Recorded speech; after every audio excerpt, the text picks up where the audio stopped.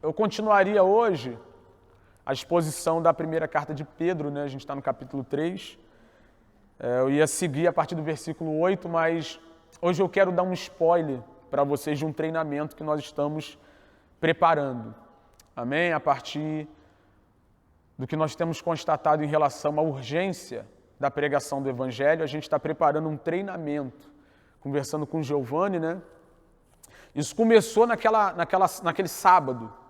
Aquele sábado onde eu coloquei lá no grupo da igreja a notícia sobre as 3 mortes que eu recebi em meia hora. Lembra disso? Que eu fiquei meio transtornado. E aí, para que isso não fosse arrefecido no meu coração, não me esfriasse, toda semana é uma desgraça diferente. Essa semana foi sexta, Júnior? Sexta, né? Sexta-feira nós recebemos a notícia de uma jovem de 28 anos, recém-casada, não tinha 3 anos de casado. Uma serva de Deus, servia na igreja, nós conhecíamos. Mansa, irmão, mansa, humilde. Né? Você fica pensando até como é que uma pessoa daquela ali pode morrer, mas a gente sabe por que morre, né?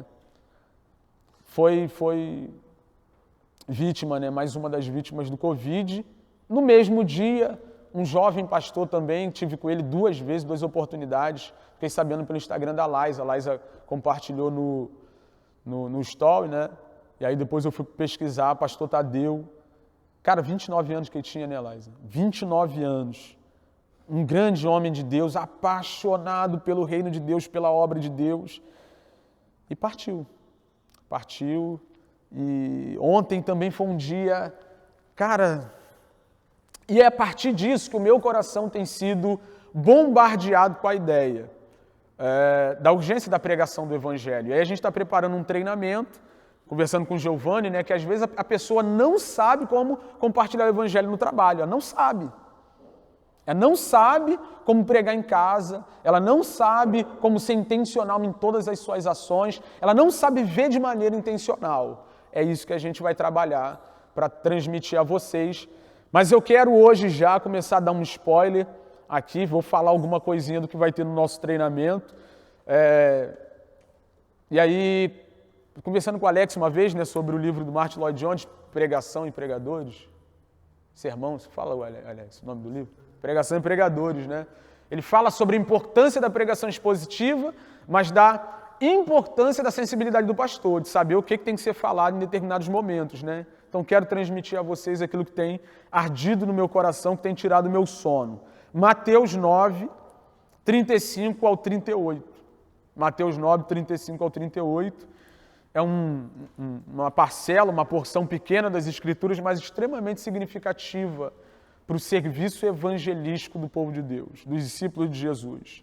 Para mim, é um dos textos mais significativos nesse sentido, né? O pessoal fala muito da grande comissão, muito, mas vamos olhar o texto aqui que eu acredito que, espero, né, que o Espírito de Deus aplique no seu coração do mesmo jeito que aplicou no meu. 35, 9 de Mateus 35 diz assim: E Jesus percorria todas as cidades e aldeias, ensinando nas sinagogas, pregando o evangelho do reino e curando todo tipo de doenças, enfermidades. Ao ver as multidões, Jesus se compadeceu delas, porque estavam aflitas e exaustas, como ovelhas que não têm pastor. Então Jesus disse aos seus discípulos: a seara é grande, mas os trabalhadores são poucos. Por isso peçam ao Senhor da seara que mande trabalhadores para a sua seara. Mateus escreveu sua obra, o Evangelho de Jesus na perspectiva dele, para um público específico, os judeus. E ele monta todo o seu escrito, a estrutura do escrito de Mateus, respeita essa finalidade. Não é com o que eu vou me ocupar aqui hoje, mas é importante falar isso. Respeita a finalidade de transmitir a verdade sobre o Cristo para os judeus, para esse povo específico. E aí ele começa com uma genealogia que causa um impacto para quem conhece a história do povo hebreu. E logo depois da genealogia, ele começa com uma narrativa dos primeiros acontecimentos da vida de Jesus. e é o que a gente chama da primeira narrativa do Evangelho segundo Mateus. Porque o Evangelho segundo Mateus, como eu falei, tem uma estrutura específica. E como é que ele é estruturado, Wesley? Narrativa, um grande sermão, narrativa, outro grande sermão, narrativa, outro grande sermão, narrativa, outro grande sermão, narrativa. Não sei se eu contei certo aqui, mas são 5 grandes sermãos que compõem o Evangelho segundo Mateus, intercalados por essas narrativas. Ele começa com essa narrativa introdutória, onde ele fala sobre os primeiros acontecimentos da vida de Jesus. Depois, no capítulo 4, do versículo 17 em diante, ele fala sobre o início do ministério público de Jesus, e no capítulo 5, ele começa o primeiro grande sermão, a saber, o Sermão do Monte, o Sermão da Montanha, extremamente conhecido por nós, a Igreja de Cristo. No capítulo 7, ele conclui esse primeiro grande sermão, e no capítulo 8 ao capítulo 9, ele vai para a primeira narrativa. E ele conclui a primeira narrativa, a segunda narrativa, dessa maneira que nós lemos aqui. E para a grande maioria dos estudiosos, o que Mateus está fazendo aqui é resumindo o que ele já começou a escrever desde o capítulo 4, versículo 17 em diante. Ele está resumindo os feitos de Jesus, em especial no versículo de número 35, dizendo que Jesus percorria todas as cidades e aldeias, ensinando, pregando e curando. Parece que é isso que Mateus está fazendo. Resumindo o que Jesus fez do capítulo 4, versículo 17, até o fim do capítulo 9, versículo 34, mais precisamente. Outros vão dizer que ele só está repetindo. Ou ele está repetindo ou ele está resumindo. É uma coisa ou outra. Mas uma coisa importante aqui é que esse bloquinho aqui que nós lemos das Escrituras, esses pequenos versículos, esses poucos versículos aqui, fazem uma transição para o próximo grande sermão de Jesus, que é o sermão do envio, onde ele comissiona os seus discípulos, que deixam de ser discípulos para serem chamados apóstolos, enviados para pregarem o evangelho do reino. Então, o que Jesus vai fazer nesse pequeno bloco que nós lemos aqui? O Mateus vai fazer aqui. Ele vai fazer uma ponte para falar sobre o envio dos discípulos. E vamos ver que ponte é essa. Como que ele faz essa ponte? Como que ele liga os primeiros ensinamentos de Jesus, os primeiros feitos de Jesus, com esse sermão de envio, com esse ensino sobre missões, sobre envio, sobre evangelização a partir do envio de seus discípulos. Ele começa dizendo o seguinte: Jesus percorria todas as cidades e aldeias, ensinando nas sinagogas, pregando o evangelho do reino, curando todo tipo de doenças e enfermidades. Isso aqui é extremamente significativo, irmão. O texto está dizendo o seguinte: Jesus andava de um lado para o outro, de aldeia em aldeia, de cidade em cidade, daqui para lá, de lá para cá.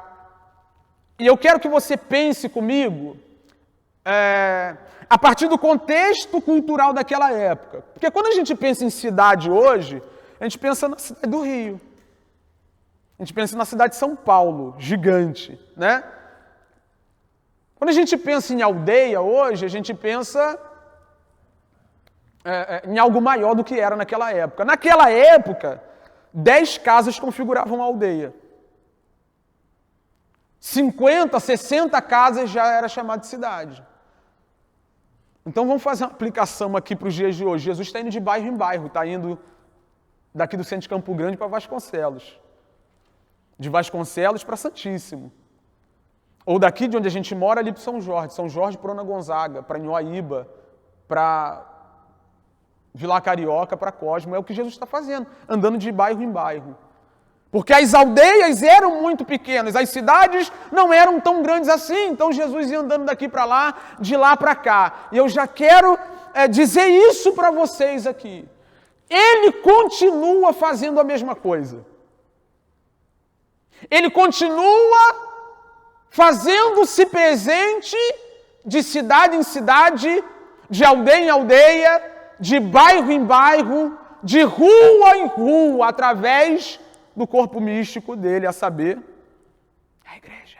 A igreja dele é o Cristo nesses lugares. Antes, limitado pelo seu corpo físico, ele tinha que ficar andando de um lado para o outro. E agora não precisa mais andar de um lado para o outro. Ele botou você na rua onde você mora. Você já está começando a entender isso aqui? Já? Ele botou você em Campo Grande, em Bangu, em Paciência. Você veio de Campos, né? Colocou o João em Campos. Colocou alguns irmãos nossos perigosamente na China, na Coreia do Norte. É o mesmo Cristo através do seu corpo místico, indo de lugar em lugar, de localidade em localidade. Na verdade, ele não está indo, ele se estabeleceu através da igreja, sabe? Agora a grande questão é, ele tinha uma atividade que era cumprir com o seu ministério. Resumido de que maneira? Ensinando, pregando, curando. Ensinando, pregando, curando. Ensinando, pregando, curando. E se Jesus ia de lugar em lugar, fazendo isso, através do seu corpo físico, é a mesma coisa, ele pretende fazer a mesma coisa através do seu corpo místico.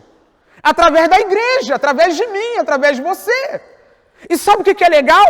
Para você não precisar ir a Bangu, como Jesus ia de um lado para o outro e já colocou alguém lá. E que a parte do corpo de Cristo faça parte dele lá. Para que você não precise ir de um lado para o outro, ele colocou você onde você trabalha, onde você estuda. Eu estava falando sobre... Eu preguei, recentemente...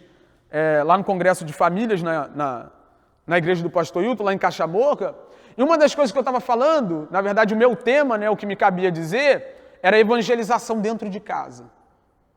E uma das coisas que ficou muito claras para mim, estudando sobre isso, é que Deus nos colocou no seio de uma família para facilitar o nosso dever de evangelizar. Você fica tão preocupado, como que eu vou evangelizar? Onde que eu vou para encontrar alguém sedento da água da vida? Onde que eu vou levar pão para alguém? Aí ele coloca você numa família de incrédulos. De que maneira eu vou exercer o meu ministério de evangelização, de proclamação do reino de Deus? De que maneira eu vou pregar o evangelho? Ele vai e coloca você numa empresa. Ele vai e coloca você numa turma de faculdade. Ele vai e coloca você para morar numa rua onde não mora nenhum crente. Para fazer isso que ele estava fazendo no seu corpo físico. Pregar o evangelho do reino. Ensinar sobre as verdades do reino de Deus. Você consegue compreender isso? E é onde o corpo de Cristo tem falhado. É onde a gente tem deixado a desejar. Porque a gente acha que está trabalhando para ganhar dinheiro. Que a gente está estudando para dizer para alguém que a gente se tornou alguém, Estuda para ser alguém. Sabe, a gente acha que mora na rua que mora.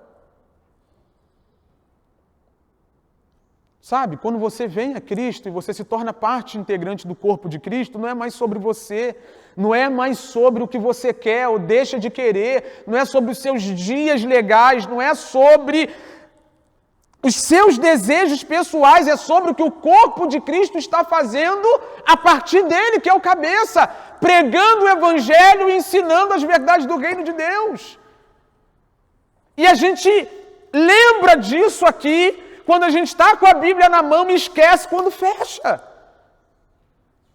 Como Jorge Jesus falou para o Arão no treino, tá mal, Arão, tá muito ruim, tá horrível.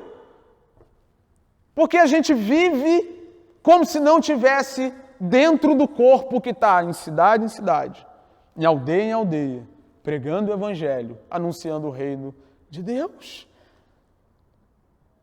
Então é uma loucura que alguém que esteja dentro do corpo de Cristo não esteja comprometido com aquilo que Cristo está fazendo. O que Cristo está fazendo é se revelando ao mundo por meio da pregação do evangelho. revelando a grandeza de Deus através das boas notícias. Cara, não tem desenrolo. Se você faz parte do corpo de Cristo, isso não é opcional. Sabe, pregar o Evangelho para a igreja de Cristo, para o corpo de Cristo, onde Cristo é o cabeça, não é uma decisão arbitrária. Eu não posso decidir se faço isso ou não. Eu devo fazer isso. E aqui me perdoe, mas eu vou fazer essa colocação. Quando você faz parte do corpo de Cristo, ou supostamente faz, e você não está vivendo de acordo com aquilo que Cristo está fazendo, e isso não te incomoda, você deve questionar se realmente faz parte desse corpo. Você consegue entender a gravidade disso que eu estou te falando? Consegue ou não? Ontem mesmo um monte de varoa ficou atribulada. Por quê? Porque o cara negligenciou o dia dos namorados. E sabe qual foi a pergunta? Você me ama mesmo? Você se importa comigo de verdade? Porque a partir do que a gente entende, pressupõe-se que o namorado no dia dos namorados tem que fazer alguma coisa pela namorada, com a namorada ou para a namorada, né? E vice-versa. Então a gente entende dessa maneira. Cara, será que tu é meu namorado mesmo? Será que você me ama de verdade? Será que nós temos um relacionamento de verdade? Será que nós temos um vínculo de verdade? Porque numa data tão especial quanto essa, você não apareceu. E a pergunta que não cala é, será que eu sou corpo de Cristo de verdade? Será que esse Cristo que vai de cidade em cidade, aldeia em aldeia, anunciando o Evangelho, ensinando sobre o reino de Deus, será que eu faço parte desse Cristo, uma vez que eu não estou comprometido com isso? Como é que o corpo de Cristo está fazendo algo e eu, que faço parte desse corpo, não estou? Cara, você precisa entender isso. Você precisa questionar a sua participação no corpo de Cristo, uma vez que o corpo de Cristo tem uma missão. Pregar o Evangelho, anunciar as boas novas, proclamar o Evangelho do Reino de Deus. Então você tem que se perguntar, quando você chegar no trabalho, né? De que maneira eu posso pregar o Evangelho aqui? Como é que eu vou fazer o que Cristo começou a fazer no corpo físico e continua fazendo através da igreja? Quando você estiver dentro de casa, quando você estiver reunido falando de futebol, né, da rodada do Campeonato Brasileiro com os vizinhos na esquina. Era o que Cristo, era a ocupação de Cristo, era essa aqui, de um lugar para o outro. Pregando o Evangelho, ensinando sobre o reino de Deus. Ele continua ocupado com isso. Mas agora ele não anda de um lado para o outro. Ele espalhou o seu corpo por todos esses lugares. E se você não está comprometido com isso, questione, irmão, se você realmente faz parte desse corpo. Porque esse corpo está fazendo isso. Você consegue compreender isso? É o que ele fazia. Percorria todas as cidades e aldeias, ensinando nas sinagogas, pregando o Evangelho do Reino de Deus, curando todo tipo de doenças e enfermidades. Repito, isso é um spoiler do treinamento. Deus te colocou onde você está, seja seu bairro, seja sua família, seja sua rua, seja sua empresa, seja sua faculdade, não me importa onde seja. Deus te colocou lá para facilitar o seu serviço de evangelização. Amém? Você compreende isso? Agora vem um ponto que vai trazer um esclarecimento para nós acerca da nossa negligência. Está no versículo 36. Eu, honestamente, do fundo do meu coração, não falo isso pelos outros, falo isso por mim. Eu acredito que alguém que genuinamente faz parte do corpo de Cristo pode negligenciar a evangelização e a pregação do reino de Deus. Eu acredito nisso. Eu faço isso em vários momentos. Em vários momentos eu estou mais ocupado pensando no que eu quero, no que eu acho que preciso, do que com a evangelização, né? Mas o corpo de Cristo, misticamente, é orientado por ele. Cara, acorda porque sua vida não é essa. Mas pode ser que a gente esteja distraído, né? E o versículo 36 dá para a gente aqui uma dica do porquê a gente não se incomoda com a ideia de não estar pregando. Olha o que o versículo 36 começa dizendo. Ao ver as multidões, para aí. Olha aqui para mim, Jesus está andando de um lado para o outro, para lá e para cá, de cidade em cidade, de aldeia em aldeia, e de repente ele para. Ele para e olha as multidões. Quando o texto fala de olhar aqui, de ver as multidões, ele não está falando de contato visual. Não é disso que ele está falando. Esse, ao ver as multidões, está falando de prestar atenção no alvo da sua visão. Ele não olhou, ele parou para prestar atenção naquele povo que estava diante dele. Vamos para cá, para o século XXI, para os dias de hoje. É como se Jesus estivesse nos dias de hoje andando entre nós, chegasse lá na ponta do calçadão de Campo Grande e começasse a analisar, refletir sobre aquilo que estava diante dele. É o que ele está fazendo aqui. Quando o texto diz que Jesus vê as multidões, o texto está querendo dizer que ele parou para prestar atenção nas multidões que estavam diante dele. Ele não era aleatório nas suas ações, ele agia a partir de algo, e era a partir disso aqui. Ele agia porque ele parava para refletir sobre aquilo que estava diante dele. Imagina quando, o Júnior está aí, pode testemunhar, quando a gente chega lá para trabalhar, diante de nós, assim, no setor onde a gente trabalha, tem centenas de pessoas diante de nós.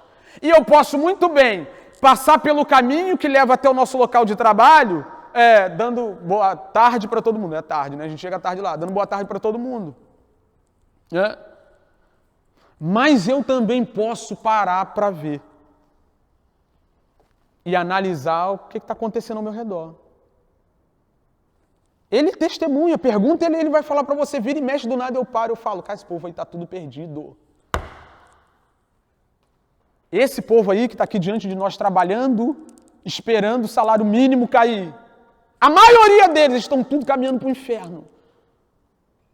Do nada eu paro assim, eu falo, mano, esse povo que está aqui estão indo para o inferno. É o que Jesus está constatando aqui. Ele para ver as multidões. Ele para analisar o que está diante dele. E aqui está o grande problema da maioria de nós. Nós não paramos mais para ver as multidões. Em outras palavras, aplicando o sentido do ver as multidões, nós não paramos a nossa vida importante corrida para analisar quem está ao nosso redor. Você está muito ocupado para parar para ver o povo que está indo para o inferno dentro da sua casa. Você está muito ocupado para analisar que no seu ambiente de trabalho tem uma alma caminhando para o juízo eterno. E vamos aprender com Jesus. Ele para para olhar. Ele para contemplar. Ele para refletir. E a nossa vida anda dessa maneira, irmão. No automático, de forma que a gente não reflete mais sobre o que está acontecendo ao nosso redor. As coisas que acontecem ao nosso redor não nos chocam mais. Notícias de jovens sendo ceifados pelo Covid, pessoas descendo à sepultura, hospitais cheios, ao nosso redor pessoas depressivas, com crise de ansiedade, prostradas diante de tudo isso que está acontecendo. E, pasmem, os senhores e as senhoras, somente a igreja pode fazer a leitura correta do que está acontecendo. E é a única, não estou generalizando, mas estou falando nesse sentido aqui, é a única que não para prestar atenção em tudo isso. Entrou no ritmo da cultura do mundo, acelerado, tem que fazer, tem que ser, tem que... E a gente simplesmente não para olhar, para ver o que está acontecendo ao nosso redor. A gente não presta mais atenção nas coisas que têm acontecido ao nosso redor. Nas pessoas que estão caminhando ao nosso lado. Não para. Não sei se eu já contei isso aqui, estava lá no trabalho. Tinha um irmão que eu já tinha evangelizado ele, um rapaz lá. Aí ele me chamou, pastor, tem 2 meninas ali que querem falar contigo. Eu falei, ele falou, Eu falei, me leva lá. E fui lá. Aí a menina perguntou, você que é o pastor da Log? Eu falei assim, sou. Eu falei, não, o pessoal aqui te conhece. Eu falei, legal, mas o que foi? Ela falou assim, não, é que eu te vi conversando ali com a menina no outro dia, te vi conversando com ele. Eu queria saber se tem uma palavra para me entregar. Eu falei assim, como assim uma palavra para te entregar? Ela, não sei, né? Pastor entrega palavra e tal. Eu falei assim, vocês saem para lanchar 5 horas, né? Eu falei, Eu falei assim, lá fora a gente conversa, depois do lanche. Né? E fui lá. Cheguei lá, sentei com ela, com as duas, com três, né? Chegou uma terceira lá que nem me deu confiança. A princípio, assim, não quis nem falar o nome. E o rapaz que estava ali diante de nós. E aí eu perguntei para ela, por que você achou que eu tinha uma palavra para te entregar?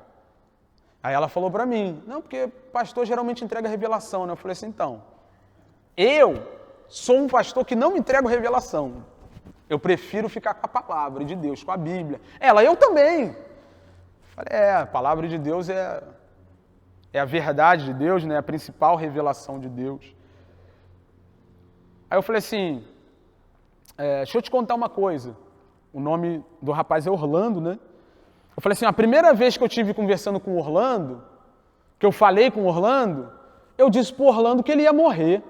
Aí ela ficou me olhando assim, que isso? A outra falou, tá repreendido. Aí eu olhei para ela e falei assim, mas não vai não? Ela vai. Eu falei, você não vai morrer não? Ela, vou. Eu falei assim, você está entendendo?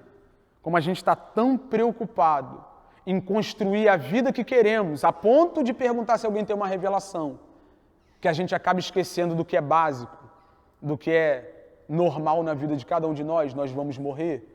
A partir daí eu comecei o diálogo com ela. E dentro desse diálogo eu falei para ela o seguinte, nós estamos ali, um lugar onde a gente trabalha, o local a gente chama de doca, né? A gente fica ali na nossa doca, prestando atenção em tudo que está acontecendo ao nosso redor. Mas diferente da maioria dos rapazes, a gente não fica lá para cantar nenhuma menina, porque ela só tem crente. Aí eu falei, não, lá tem dois que não é, mas a maioria é. Uma diz que é, mas eu sei que não é. Falei, só tem crente lá. E sabe por que a gente presta atenção em tudo ao nosso redor?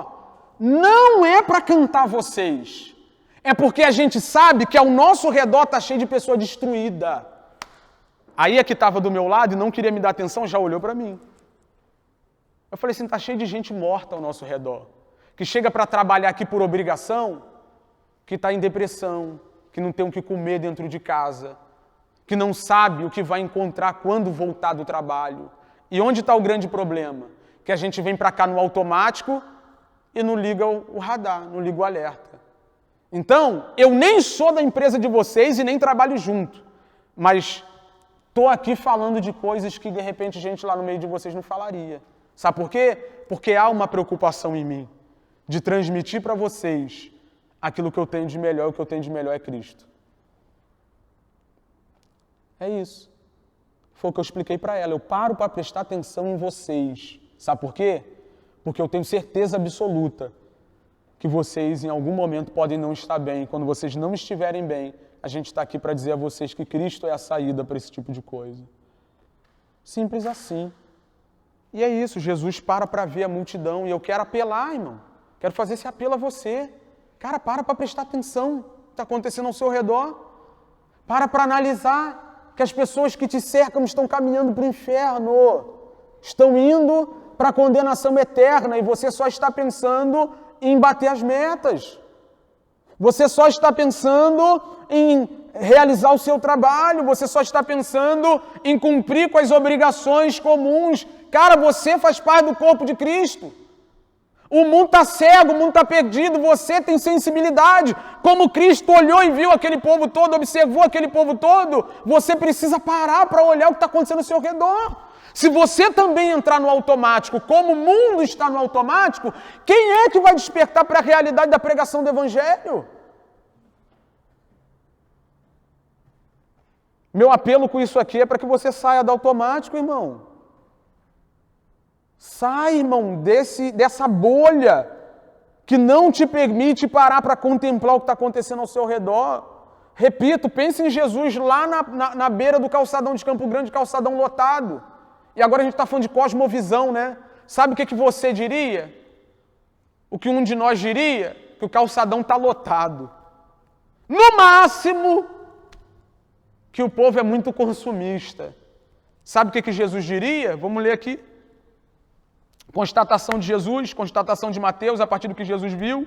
Jesus se compadeceu delas, porque estavam aflitas e exaustas, como ovelhas que não têm pastor. Eu vejo um calçadão lotado. você vê um departamento cheio de gente, você vê uma turma cheia de pessoas, você vê uma casa com a família. Jesus vê isso aqui. Povo aflito e exausto, como ovelhas que não têm pastor. E aí, o texto diz aqui, ele se compadece. E aqui, se você achou que estava ruim, vai piorar. Porque é uma loucura, irmã, loucura. É uma loucura. Você receber notícia de tanta morte, tanta desgraça, tanta dor, tanto sofrimento, continuar a vida, sim, de boa. Não há mais compaixão. Compaixão é a palavra composta, né? Compaixão. É sentir paixão com o outro, no outro ou do outro. Se colocar no lugar do outro, pensar no que o outro está passando. E aí você quer se entristecer porque alguém não tem o que comer. Como é que não se entristece pelas pessoas que estão indo para o inferno queimar? Como é que não há compaixão por aqueles que estão perdendo a alma, perdendo a vida? Ah, Wesley, a gente tem que ir para a rua. E hoje a gente tem aqui o Mateus, é líder do movimento Lado Oeste, faz um trabalho de evangelismo urbano sensacional, reconhecido aqui na nossa reunião.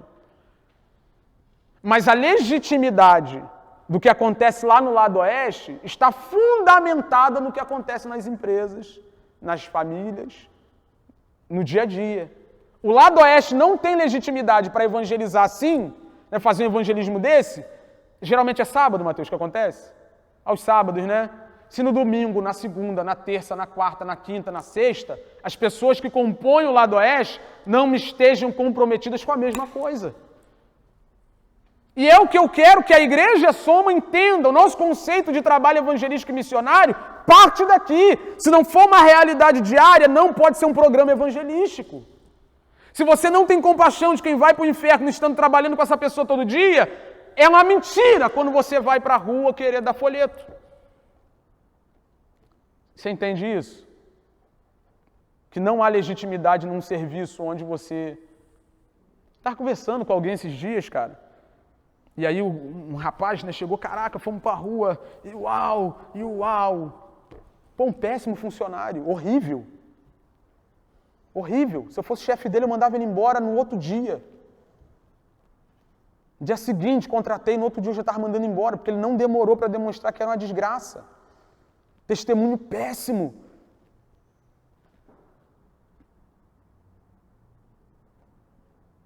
Sabe? Jesus para ver aquilo tudo e ele se compadece daquele povo. Ele se coloca no lugar daquele povo, sente a dor daquele povo. E Mateus descreve a condição do povo, exaustas, aflitas, como ovelhas que não têm pastor. E aqui ele está fazendo alusão ao quadro que é pintado pelo profeta Ezequiel, no capítulo 34. Ele fala da denúncia de Deus contra os falsos pastores. Pode pôr para a gente, Gabriel, o versículo 3 ao 5 de Ezequiel 34? Ele está denunciando os falsos pastores, olha a condição das ovelhas. E aí, entenda falsos pastores na fala profética de Ezequiel. Ele está falando da casta religiosa, dos líderes religiosos do povo judeu, que nos tempos de Jesus eram quem? Os fariseus, os líderes religiosos. Olha o que ele está falando. Vocês comem a coalhada, né? Comem e se fartam do leite que as ovelhas produzem. Vestem-se da lã e abatem os melhores animais, mas não tomam conta do rebanho. Vocês não fortaleceram a fraca, nem curaram a doente, nem enfaixaram a ferida. Vocês não trouxeram de volta as desviadas, nem procuraram as perdidas. Vocês têm dominado sobre elas com dureza e brutalidade. Por isso elas estão dispersas, porque não há pastor algum. E quando foram dispersas, elas se tornaram comida de todos os animais selvagens. A palavra, as duas palavras que são usadas aqui para aflitas e exaustas, fala de alguém que não está assim fisicamente. Tá? Quando ele diz de exaustão e aflição aqui, ele não está falando de alguém que está assim fisicamente. Ele está falando de alguém que está prostrado no seu interior, está cansado. A alma abatida por causa do fardo da religião que não liberta e não salva ninguém, que não traz refrigério para a alma. Ele vai falar disso de novo mais na frente. né? As palavras de Jesus no final do capítulo 11, no versículo 28, ele proclama: venham a mim todos vocês que estão cansados e sobrecarregados, eu os aliviarei. Jesus só via gente cansada diante dele. Mas sabe o que a gente vê? A gente vê gente rica, poderosa, influenciadora, que chegou nos altos patamares da sociedade, está tudo cansado, irmão. O corpo está ereto, mas a alma está abatida. O corpo está de pé, a conta bancária está no azul, mas a alma está exausta. E olha que coisa extraordinária. No versículo 35, o texto diz que Jesus curou todo tipo de doença. Diga amém. Diga amém. No versículo 36, esse povo que foi curado no físico ainda está aflito e ainda está exausto. Olha que loucura! Que mesmo que esse povo tenha recebido de Cristo milagre no corpo físico, a alma continua aflita e exausta. O corpo físico está curado, mas a alma está quebrada, está moída. E essa é a constatação de Jesus quando ele para olhar aquilo tudo. Ele vê e fala: meu pai, o povo está mal. Irmão, eu quero que você entenda isso. Quando Jesus está andando de um lado para o outro, ele está entrando na vida comum do povo. Na cidade, na aldeia, o povo está trabalhando. O povo está fazendo seus afazeres. O povo está ali vivendo, está vivendo. Jesus entra naquele contexto e fala: está tudo cansado. Alma abatida, alma ferida, alma exausta. E é um ledo engano a gente olhar para as pessoas que nos cercam hoje e pensar: pô, parece que está tudo bem. Como é que está tudo bem com alguém que está indo para o inferno? Como é que está tudo bem com alguém que não conhece Cristo? Como é que está tudo bem com alguém que não tem a alma preenchida pelo Criador? Como é que está tudo bem? Não está bem, não tem nada bem. Estão tudo abatido, tudo exausto. Então, Jesus olha e constata isso. Estão tudo como ovelhas sem pastor. Estão mal, estão quebrados. Então, Jesus disse aos seus discípulos: a seara é grande, mas os trabalhadores são poucos. Entendo o que eu vou dizer aqui para vocês. Na verdade, é o que Mateus está dizendo aqui, né? Mateus não está falando do tamanho do campo, amém? Não está falando do tamanho do campo, grande é a seara. Ele não está falando que a seara é enorme, que a fazenda é muito grande, que o campo é muito grande. Ele está falando que a colheita é abundante e tem pouca gente para colher. Não é o campo, é a colheita. É muito trabalho. E sabe o que é legal? Que a gente não semeou nada. A gente não trabalhou para semear. A gente não vai colher o que a gente plantou. O nosso trabalho é trabalhar na seara que já está pronta. O trabalho da colheita já pode ser empregado. Nós já podemos fazer a colheita de algo que não semeamos. Não é sobre nós. Voltando, falando sobre evangelização dentro de casa, pregando lá no congresso da igreja em Caxamorra, da congregacional em Caxamorra, a gente leu João 1 e falei sobre o caso de Filipe, que vai chamar Pedro. Depois André, que vai chamar Natanael. O texto diz de maneira bem clara: não, André que vai chamar Pedro, depois Filipe que vai chamar Natanael. É uma coisa ou outra, depois você confere no capítulo 1, me fugiu a memória. Mas no caso de Natanael, Natanael fica cheio de marra. Acho que é Filipe, alguém pode confirmar aí para mim? Que eu vou falar o nome dele de novo e... Deixa eu ver aqui, acho que está aqui, ó. Filipe. No caso de Filipe, Filipe chega e encontra uma barreira cultural, porque Natanael diz assim para ele, a partir da cultura, né? A partir do que ele conhecia dentro do contexto do povo judeu. Ué, de Nazaré não sai profeta. Eu não posso acreditar na sua pregação, porque a gente sabe que desse lugar não vem coisa boa, não vem profeta de lá. A gente sabe disso. O que Filipe fala? Cara, vem ver. Vem ver, pô. ele vem diante do Cristo e Cristo desbarata todos os pensamentos e convicções de Natanael. E sabe o que eu aprendo com isso? Que nesse trabalho da seara, a gente não tem que se preocupar em regar nada. E eu não estou falando do que Paulo falou sobre o serviço dos ministros, tá? O que eu estou dizendo, dentro desse contexto, é que a colheita já está madura, já está pronta, ou seja, o Espírito de Deus já fez a obra, está fazendo a obra e vai fazer a obra no coração de quem tem que ser alcançado. Então qual é o seu trabalho, Felipe? É dizer para Natanael, encontrei o Cristo. Mesmo com os preconceitos dele, é o trabalho de Cristo, de convencê-lo, de quem está diante dele, é o próprio Messias. Então esse é o nosso dever, cara, a gente está tão preocupado, como vai fazer, como vai ser, mas a verdade é essa, nós não estamos fazendo nada, porque achamos que a gente tem o poder, o dever de convencer alguém, né? A gente, sabe? A gente não faz o básico, irmãos, a gente não comunica a nossa fé, a gente não diz como a gente gasta o nosso dinheiro, a gente não diz como a gente casa, como a gente constrói família. A gente não diz como a gente se entretém. Prega o evangelho falando de entretenimento e diz que você não precisa de nada que entretém o mundo no sentido pecaminoso, imoral, para ser entretido. E aí você vai começar a pregar o evangelho, porque alguém vai querer saber, cara, como é que você não se droga para se divertir? Como é que você não se prostitui para ter um momento de prazer?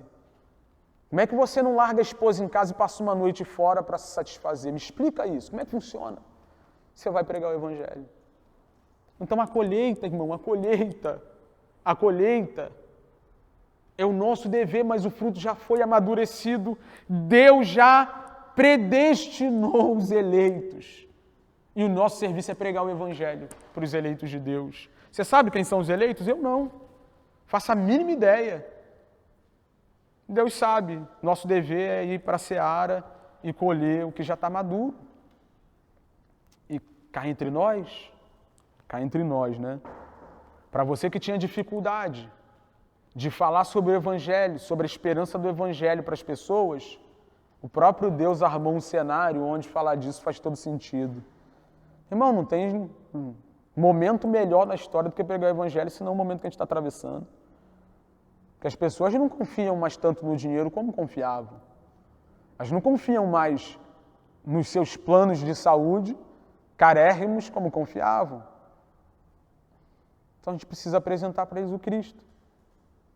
Através dessa lacuna de esperança que se abriu, a gente transmite o Evangelho. Está fácil pregar o Evangelho hoje. O negócio é que falta trabalhador, irmão. E eu gosto da figura dos trabalhadores, porque você sabe o que é trabalhar, não sabe o que é trabalhar? Sabe ou não? Você sabe o que é trabalhar. Você sabe que demanda comprometimento, que demanda esforço, suor, sacrifício. Tem recompensa? Tem salário? Tem!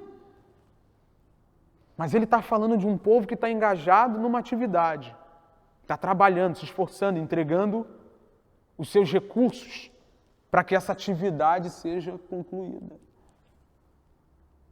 E, mano, a gente quer ficar na igreja de passeio, a gente não quer mais trabalhar. A igreja se tornou um clube social, um lugar onde a gente encontra os amigos, o programa de desencargo de consciência, né? Já fui na igreja no domingo.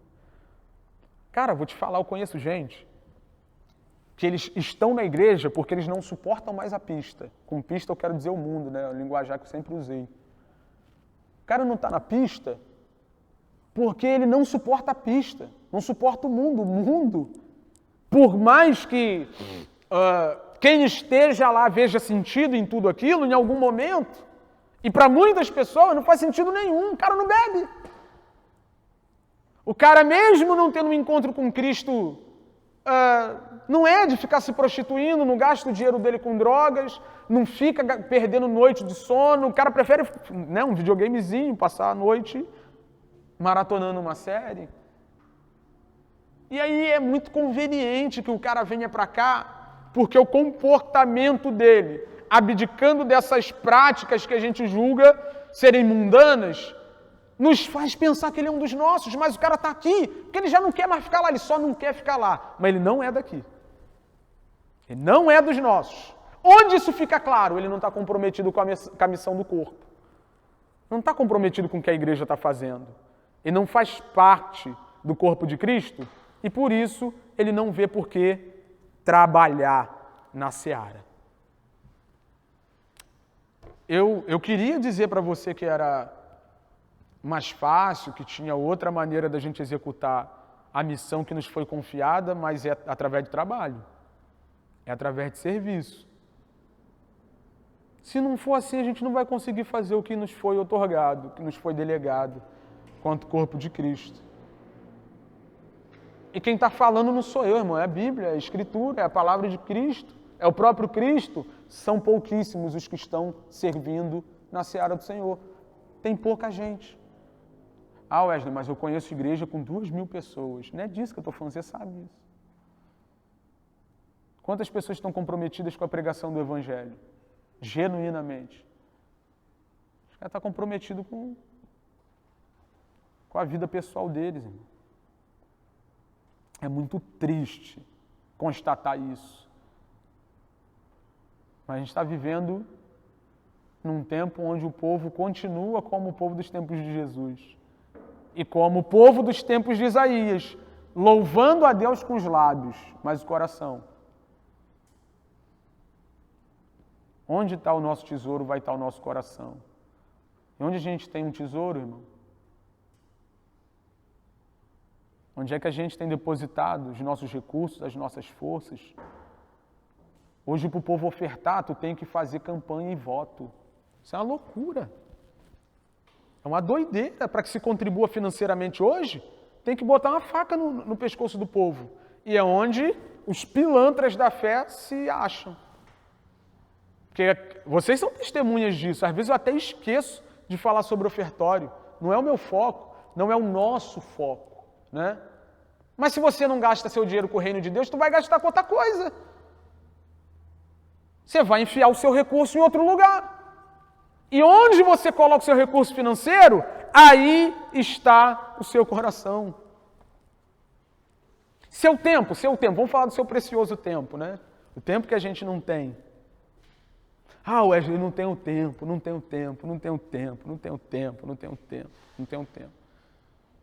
Você só não dedica o tempo que tem para a coisa certa.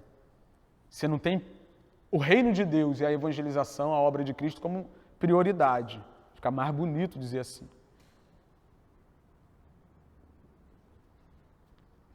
Sabe? Então é isso. Trabalho. E tem pouca gente trabalhando no reino de Deus. Tem pouca gente ativa.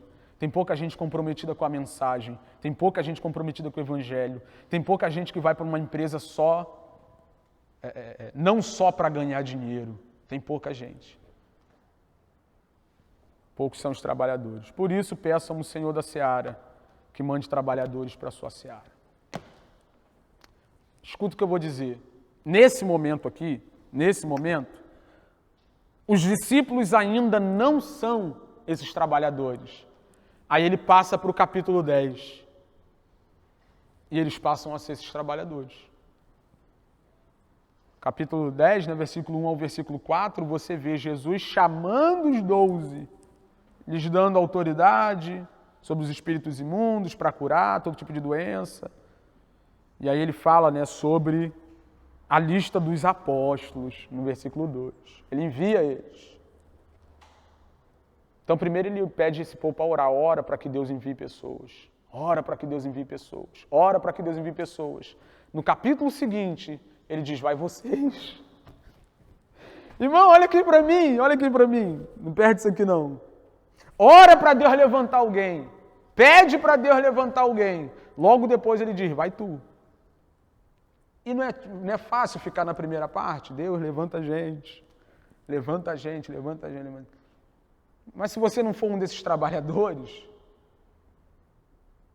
você precisa entender isso. A ideia não é que você deva única e exclusivamente pedir Deus para levantar a gente. Tu tem que ser a gente que Deus levantou e vai levantar.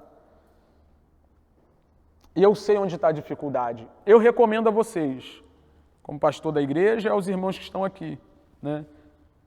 Toda vez que você tiver enfraquecido, arrefecido no seu coração a ideia da seriedade da pregação do Evangelho, do que nós estamos fazendo aqui, lê o capítulo 10 de Mateus.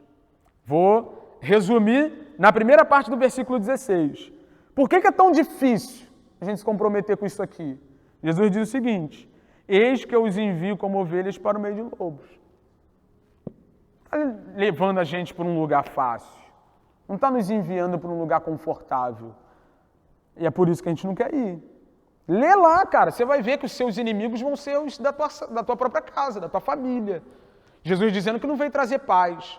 Tem umas tretas rolando aí, né? Umas confusão rolando aí. Dos caras que são grandes aí, né? Aí eu vi o podcast gravado que estabeleceu a treta, a confusão. E o cara que estava entrevistando o entrevistado, eu já penso isso dele. Sempre o vi dessa maneira, né? Mas ali foi brabo, irmão. Porque eu vi diante de mim um político que quer ficar bem com todo mundo. Porque o cara faz podcast com alguém que é totalmente contrário o que esse cara está defendendo diante dele, e depois faz com o cara e vai balançando a cabeça com tudo. Sabe o que é isso? Olhe para mim agora, não perde isso. É alguém que quer ficar bem com todo mundo. E quem quer ficar bem com todo mundo não é crucificado por ninguém. Mas tu foi chamado para ir para a cruz. Então, se você quer ficar bem com todo mundo, você não pode entrar na seara.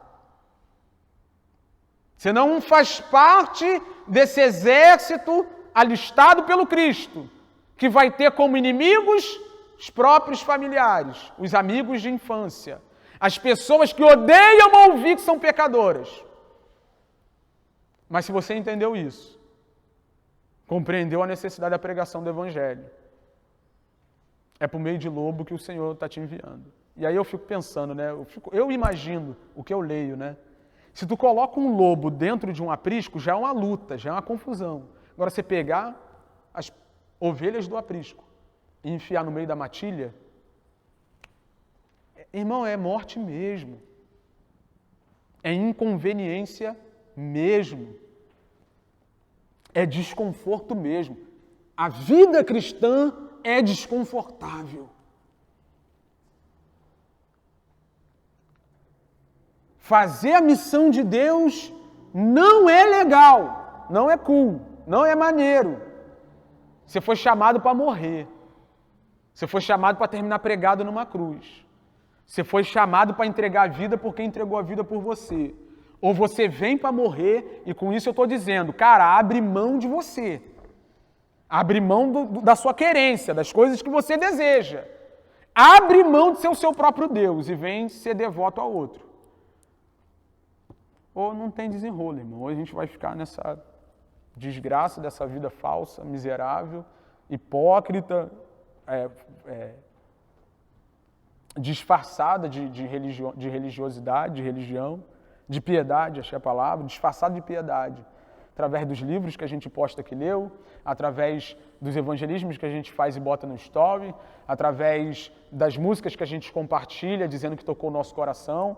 Eu mesmo faço isso, tenho o meu local de oração, eu sempre tiro uma foto, compartilho a música que eu ouvi no dia, que enche o meu coração. O pessoal fica olhando para aquilo lá, pensa que eu sou espiritual pra caramba, aquilo ali não diz nada sobre mim, irmão. Aquilo ali não fala nada sobre mim. É o meu dia a dia. Pergunta a minha esposa aí, ela vai falar se eu sou alguém preocupado com a causa do reino de Deus. Estou nem dormindo direito. Ontem eu não dormi direito, ontem foi um dia terrível. Acordei hoje antes do despertador, agoniado, atribulado, rolando de um lado para o outro, sem paz. Sabe? Se não for para gastar a vida com isso, de cidade em cidade, de aldeia em aldeia, de trabalho em trabalho, de empresa em empresa, de escola em escola, faculdade em faculdade, família em família, de rua em rua, de bairro em bairro, pregando o evangelho e ensinando sobre o reino, eu quero morrer, me leva embora, minha vida não tem mais serventia. Eu não quero mais viver se não for para engrandecer o nome de Cristo através da propagação do evangelho. Eu não quero mais. Não preciso mais. Irmão, se não for para sofrer as desgraças desse tempo presente, pelo avanço do reino, como Paulo falou, para continuar dando fruto entre os irmãos, eu vou viver para quê? Fala aí para mim. Se estar com Cristo é melhor do que estar nessa vida. Isso não é uma fala fatalista. Eu estou falando de esperança. Eu estou dizendo que se não for para dar fruto entre vocês, eu prefiro estar morto. Porque morto eu vou para perto de Cristo direto. Sabe? Só a pregação do Evangelho, o anúncio do Evangelho, a propagação do Evangelho, do reino de Deus, o engrandecimento do nome de Cristo por meio da pregação, dá sentido para a vida terrena. Se não for para isso, você está gastando a sua vida com palha. Palha, madeira. Acho que é capítulo 3, 2 Coríntios, se eu não me engano, Paulo fala sobre isso. Nós, os apóstolos, colocamos o fundamento. Como prudentes construtores, nós colocamos o fundamento que é Cristo. Outro vem e edifica sobre ele. Veja como edifica.